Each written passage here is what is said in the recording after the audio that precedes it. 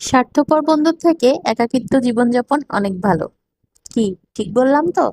Hello viewers, আসসালামু আলাইকুম। কেমন আছেন সবাই? মিতাস ডায়েরির নতুন আরো একটি ব্লগে আপনাদের স্বাগত জানাই। আমি মিতা আছি আপনাদের সাথে। তো আজ আমি রান্না করেছিলাম ডিম, আলু এবং পটল দিয়ে একটা তরকারি। ডিমটা আমার অনেক পছন্দের একটা খাবার।